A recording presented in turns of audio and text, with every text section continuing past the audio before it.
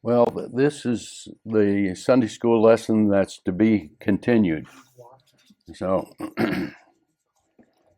continuing on from last Sunday. So, let's back out into last Sunday's lesson a little bit to give us some context. Reading from the 15th verse of 3rd chapter of Daniel. Now, if ye be ready, at what time you hear the sound of the cornet, flute, harp, sackbut, all those instruments, ye fall down and worship the image that I have made well. But if ye worship not, ye shall be cast the same hour into the midst of the burning fiery furnace. And who is that God shall deliver you out of my hands? Shadrach, Meshach, and Abed-nego answered and said unto the king, O Nebuchadnezzar, we are not careful to answer thee in this matter.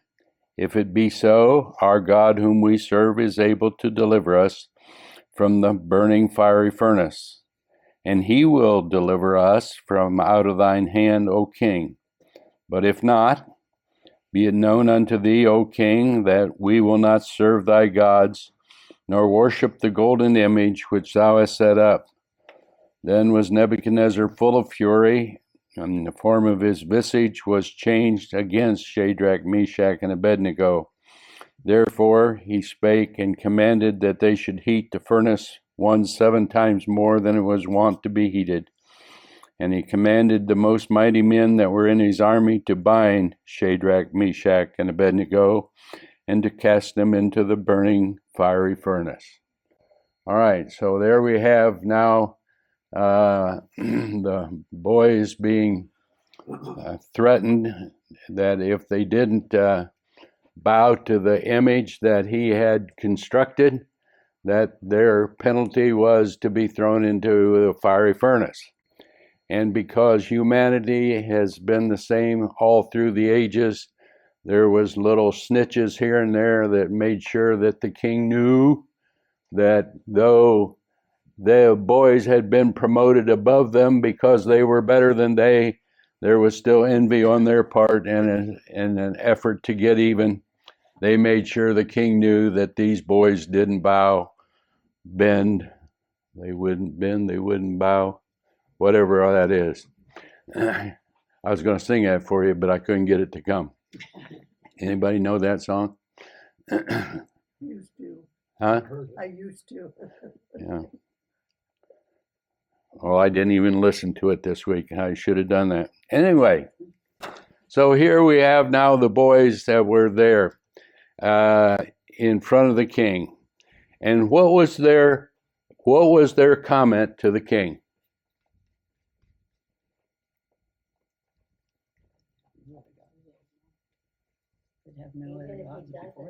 They have no other gods before him. What? I was thinking, they say even if he doesn't rescue us, we're still not going to bow. Right. So they said the God we serve is going to deliver us from you, O king. Say what you want to, but our God's going to deliver. But if he doesn't, what? We still ain't going to bow. All right? So just get the record straight there. Now, what's behind that? What was the temptation to the 3 Hebrew boys? Save themselves. Huh? To save themselves. To save themselves, okay? And they wouldn't have had to done much to save themselves. You know, a couple minutes here and there. What's a couple minutes in time of eternity, right? But it was the choice that they were making. One of the writers that I was reading after was that, see if I can say this. If our God will save us then, and if not, know, O king, that we will not serve thy gods. Now this is the part I like. Neither audacity, nor superstitious expectation of some miracle, nor fanaticism, but only the confidence of faith and a humble submission to the will of God. The 3 simply see that their standpoint and that of the king were altogether different. Also that their standpoint can never clearly be understood by Nebuchadnezzar, and therefore they give up any attempt to justify themselves, but that which was demanded of them they could not do, because it would have been altogether contrary to their faith and to their conscience. And without fanaticism, they calmly decline to answer and only say, "Let him do according to his will." Thus, without superstitious committing their deliverance to God. So they put their faith and their trust in God, okay, that he was going to do what was best. What did they believe was going to happen? That God would redeem them. Well, they knew they were in. They had deep faith. They were. Okay, you got to help me out a little more than that. She said that God would redeem them, and they had great faith. But what did they think was going to happen? They didn't know. They didn't know. They didn't know. It was just all up in the air. Isn't that one of the worst things to have happen, is when you are faced with an issue and you just don't know? If you could just put it in black and white and make it easy to understand, that would be good and be helpful. But there's a lot of times circumstances in life doesn't present themselves in black and white, and the answer isn't necessarily black and white either. I've been around a few friends that everything was black and white, but that's a separate issue. All right. What was the temptation to the king? Well, I think he didn't want to do that. That he was like the guys. He didn't want to, but he had to follow what he had said to keep himself looking like he was the leader. At this point in time, what was the demeanor of the king? He was angry. He was in a rage. That was past upset by several marks, Joe. Okay? What does rage cause you to do? Sometimes things too quickly.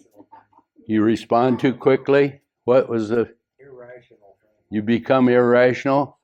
You do not function properly? Okay? And there's a lot of other things that could go with that. His temptation, and he was tempted, was to continue to do wrong. He was moving in the wrong direction, and he was continuing to move that way. That was his temptation. The reason I bring this up is that if you are sinful, there are people who believe, let me restart that.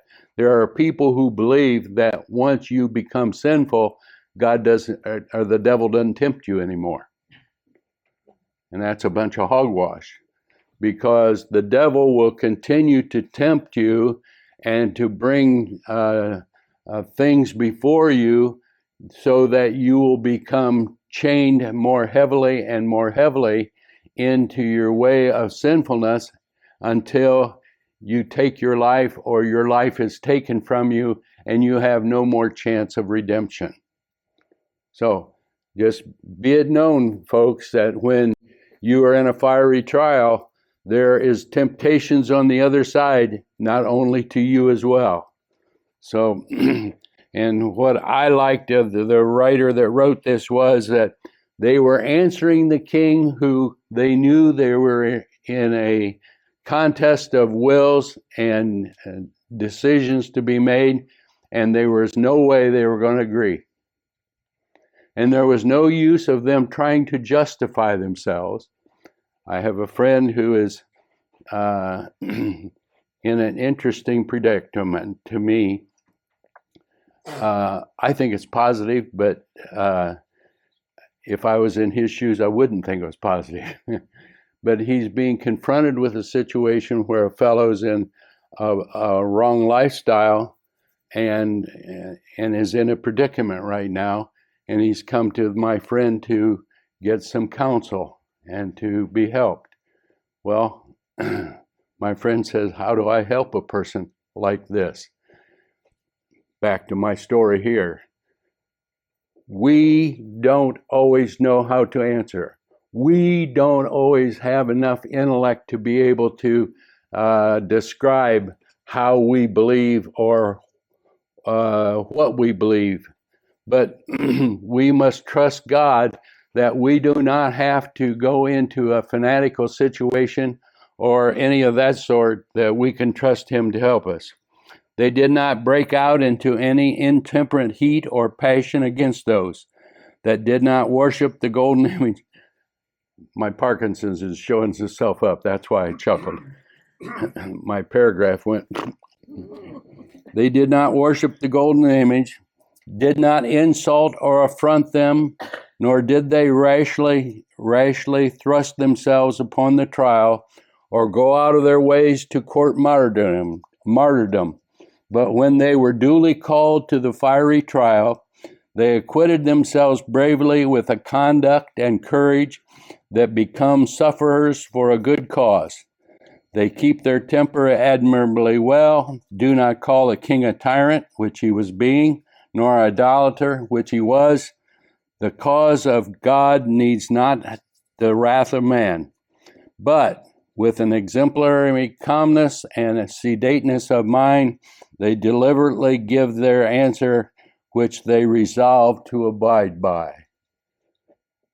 When you are thrust into a fiery trial, and it's causing grief beyond measure of what you do not have to become weird, fanatical, okay? You do not have to get weird in order to demonstrate that God's cause is great. You can just trust God to lead him. Then the men were tied up in their trousers, their coats, their caps, and their other clothes, and were cast in the midst of the furnace of blazing fire. For this reason, because the king's command was urgent and the furnace was made extremely hot, the flame of the fire slew those men that carried up Shadrach, Meshach, and Abed-nego. I tried to find a picture of what a furnace like this would be like.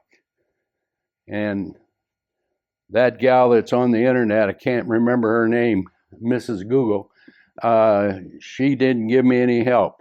And I tried several times. But apparently the furnace was built, and it was apparently a brick kiln furnace too. If you remember, I think I talked about a smelting type of furnace last week. And obviously it was not a smelting type furnace, or otherwise they wouldn't have been able to throw them in and see the guys, in the furnace.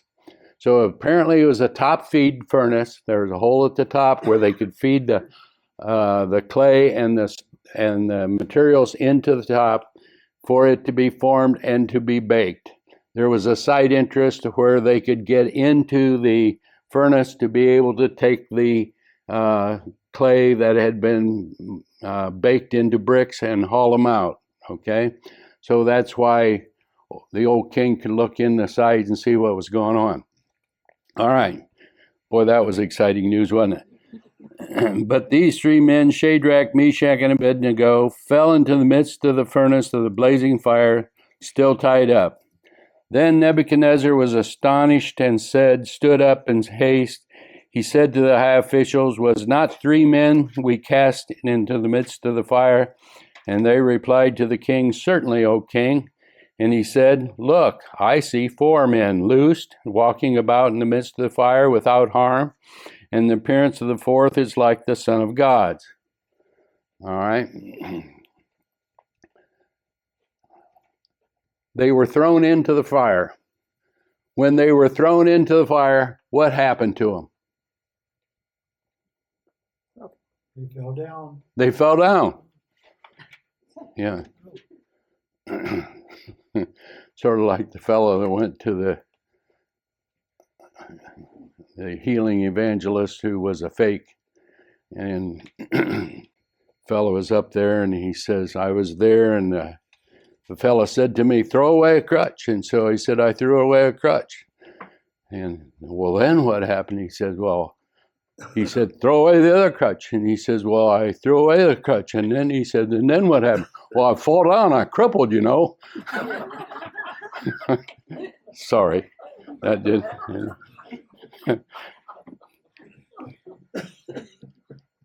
My mind just goes places it shouldn't. They fell down. Then what happened? They stood back up. They stood back up. And probably before that, what happened? The ropes burn off. Their ropes burn off. And isn't it interesting? They had to tie these guys up that weren't resisting so they could throw them in a fire.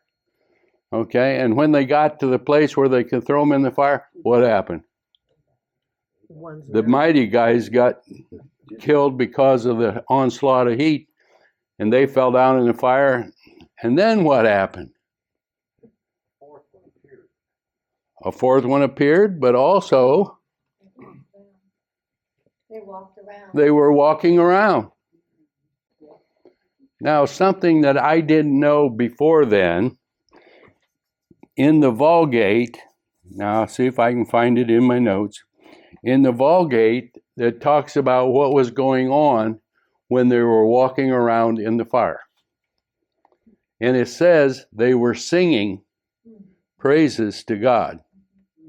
There's additional verses that's been added in the Vulgate between verse 23 and 24, I think it is. I never heard that part before. They said that was what got King's attention and why he went to the mouth of the furnace to look and see what's going on. He looks in there and there's not 3, but there's 4. And the fourth one looks like the sons of the gods. So it was different. All right. Now, this is contribution time to the Sunday school lesson. For the old guy that's up front, what do you think was going on in the furnace?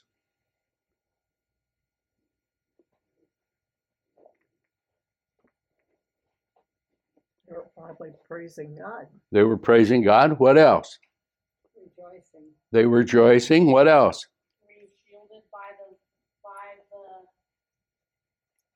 our Sunday school class talked about this about 6 months ago, and there are references to like this might have been Jesus in with that. Okay. So what do you think Jesus was doing? Or do you think it was an angel? An angel of the Lord, a representative of the Lord. Mhm. Sometimes Jesus that's interchangeable. It's the New Testament. But anyway, shielding them from being injured, protecting their lives. Yeah, I think so too. I think they were walking around and it wasn't 100 degrees in there. And it wasn't 85 degrees. It was a nice 76 with a little bit of air blowing on them. Interesting if you think about how their ropes burn off, but there was no mark, kind of how that just, because you think about anything burning, it kind of tends to leave a mark, and I kind of found that. Mm-hmm. Yeah, that is a fascinating part to this story. King comes up to the mouth of the furnace and he says, "Hey, you guys, come out here." And they came out, and what happened? They were inspected. And what did they find? No smell of smoke on them at all. No smell of smoke. Their hair wasn't singed. That wouldn't be a much problem in some of us, but some of the rest of you, that'd be a difficulty. And singed hair really stinks. Yeah. And the smell of smoke was not on them. I venture to say they were given the sniff test more than once and examined to make sure what was being told to them without a word being said. It's not the baby, you're clean. So what does that imply or state emphatically, I should say? It was a miracle. It was a miracle. It was extraordinary. It was superhuman. It was something that couldn't have been done by mankind. It wasn't a superstitious thing. It had to be done by God. All right? So, what does the king say? All right, I already got that covered. Here you see. Then Nebuchadnezzar came to the, ye servants of the Most High God, come here. Then Shadrach, Meshach, and Abed-nego came out of the midst of the fire, and all those people that was round about gathered and saw in regard to the men that no fire effect had taken upon them, etc. Nebuchadnezzar responded and said, Blessed be the God of Shadrach, Meshach, and Abed-nego, who sent his angel and delivered his servants who put their trust in him, violating the king's commandment, and yielded up their bodies so as not to serve or worship any god except their own God. Therefore, I make a decree that any people, nation, or tongue that speaks against anything offensive against the God of Shadrach, Meshach, and Abed-nego shall be torn limb from limb, and their houses reduced to rubbish heap, inasmuch as there's no other God who is able to deliver like this was. All right. What is King admitting to? God is omnipotent. Superiority.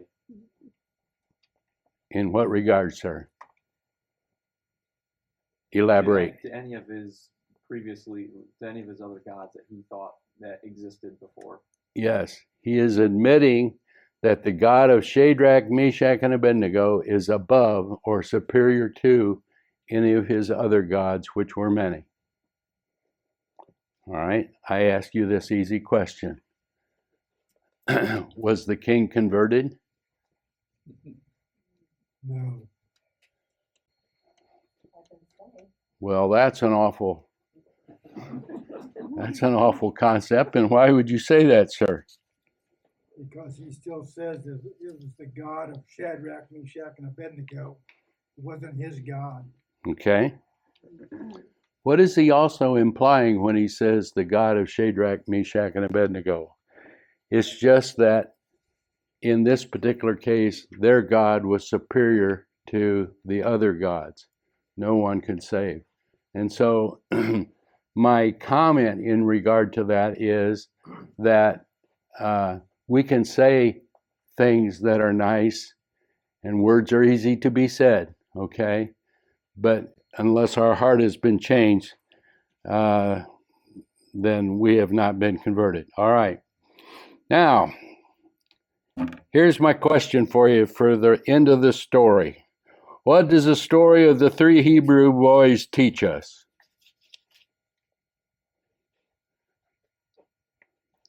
The new couple that came in today, I welcomed him to our class. I said, we don't have much of a teacher, but you're sure welcome to come.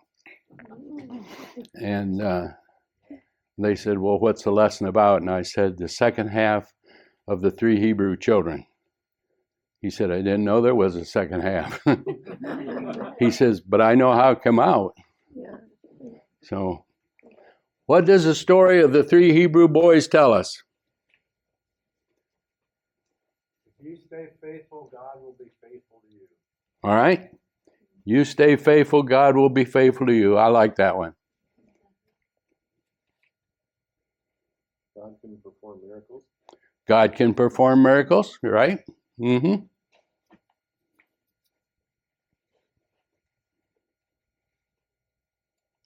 God may not keep us out of the fiery furnace, but he'll walk through it with us. That's right. That's one of the things that I thought was really neat. And I thought about, what do we learn out of it? If we have to go through a fiery trial, we can expect somebody to walk beside us right there. He may be not turning the temperature down, okay?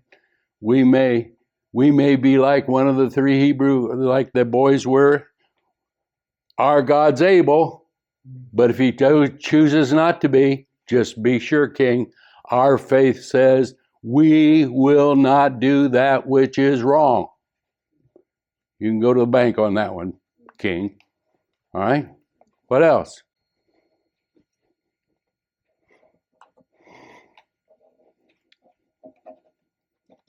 You're going to make me go through my list?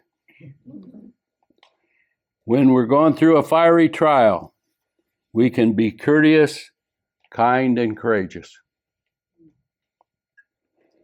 We can know that God will be honored and glorified when we choose to do that which is right and true. The trial may be fierce, but the stink of the trial will not stick to us. I kind of like that one. Sometimes when we think we're going through a trial, it's making us look bad and whatever. But if we are honoring God, that will not stick to us, and for that I am grateful. We do not need to be delivered and or restored in order for God to be exalted. Okay? Our responsibility is to be a faithful servant, steward. When we come to the end of life's journey, we can have confidence and trust God to help us cross the old Jordan River there. We do not have to know enough to win the arguments, but we can leave that in the hands of God. We can put our case in God's hand and trust Him for the results. And then the scripture that came to me was, by now, thus saith the Lord, that created thee, O Jacob, and he that formed thee, O Israel. Fear not, for I have redeemed thee. I have called thee by thy name. Thou art mine. When thou passest through the waters, I will be with thee, and through the rivers, they shall not overflow thee. When thou walkest through the fire, thou shalt not be burned, neither shall the flame kindle upon thee. For I am the Lord thy God, the Holy One of Israel, thy Savior. I gave Egypt up for thy ransom, and Ethiopia and Seba for thee. Our God is able. Our God is able. Gone through a fiery trial? Ever been through a fiery trial? We can have confidence that our God is able to help us when we have need of that help. All right? And we don't have to know all the ins and outs of it. And we can trust God to fill in the gaps that we don't know. All right, I've talked too much. What do you got to say? Questions, comments, frustrations?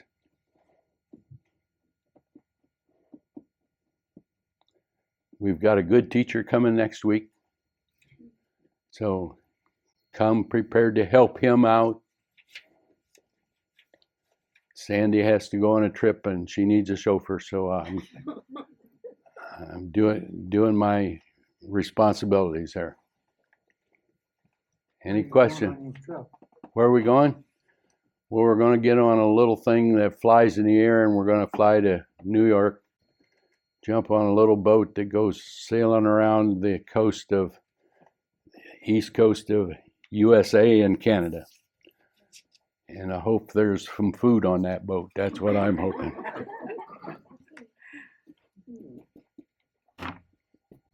There's always some available someplace. Yeah.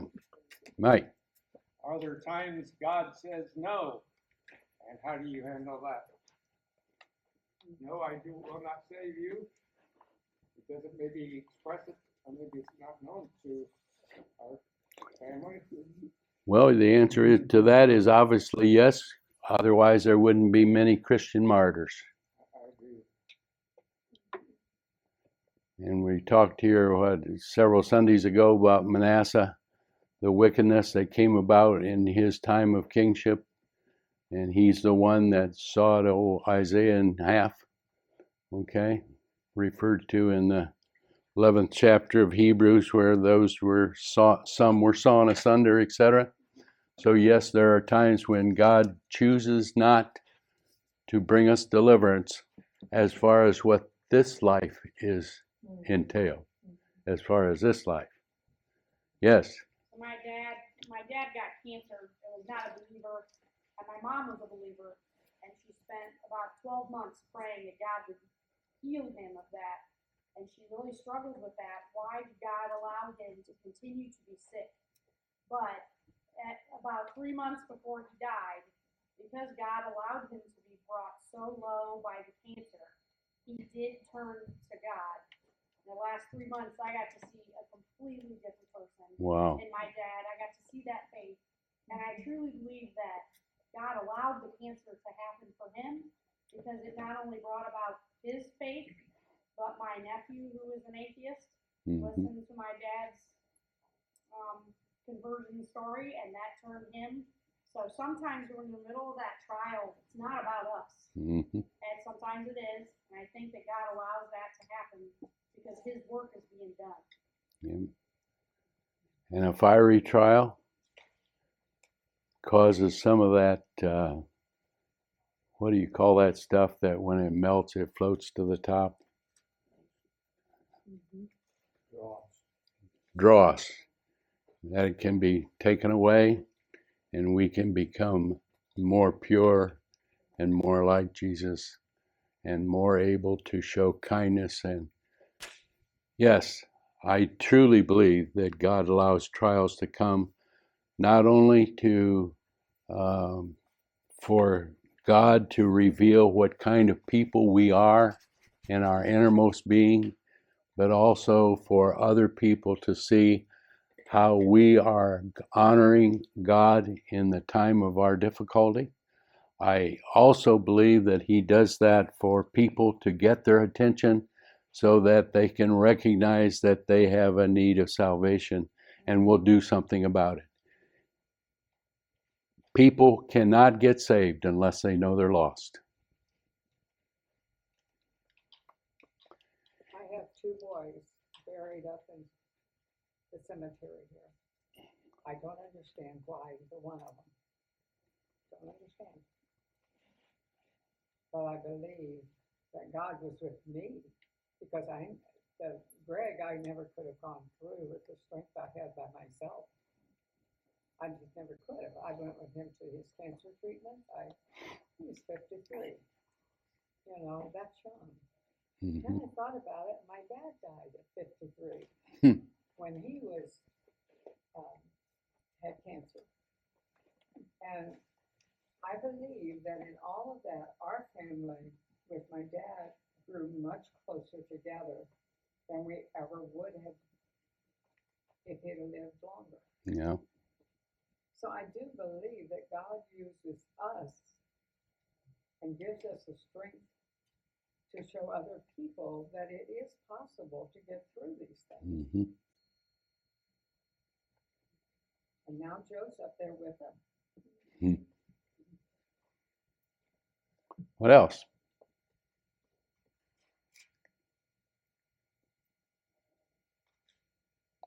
Have a great week and enjoy the study of Daniel's prophecies.